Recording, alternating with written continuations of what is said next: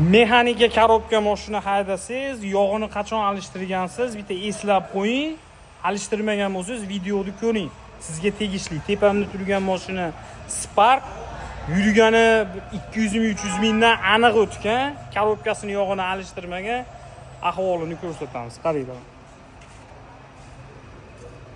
Teshib o'rgan, qaranglar akalar. Mana yana. Mana bu yerida bor. Teshib ketgan. Karzingani qarang, karzingani. Karzingani ham mana sindirib chachib tashlagan. Karzingani materiali ham qattiqligi bo'yicha po'latdan keyingi o'rinda tursa kerak. Meni bilishim bo'yicha. Qancha bunchaga bargarkada ham kesib olish oson emas, qaranglar.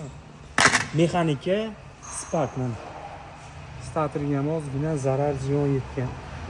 Ko'pchilik savol beradi. Mashinam avtomat korobka. Yog'ini qanchada alishtiradi? Men aytaman. Avtomat korobkani 50 ming, 60 ming.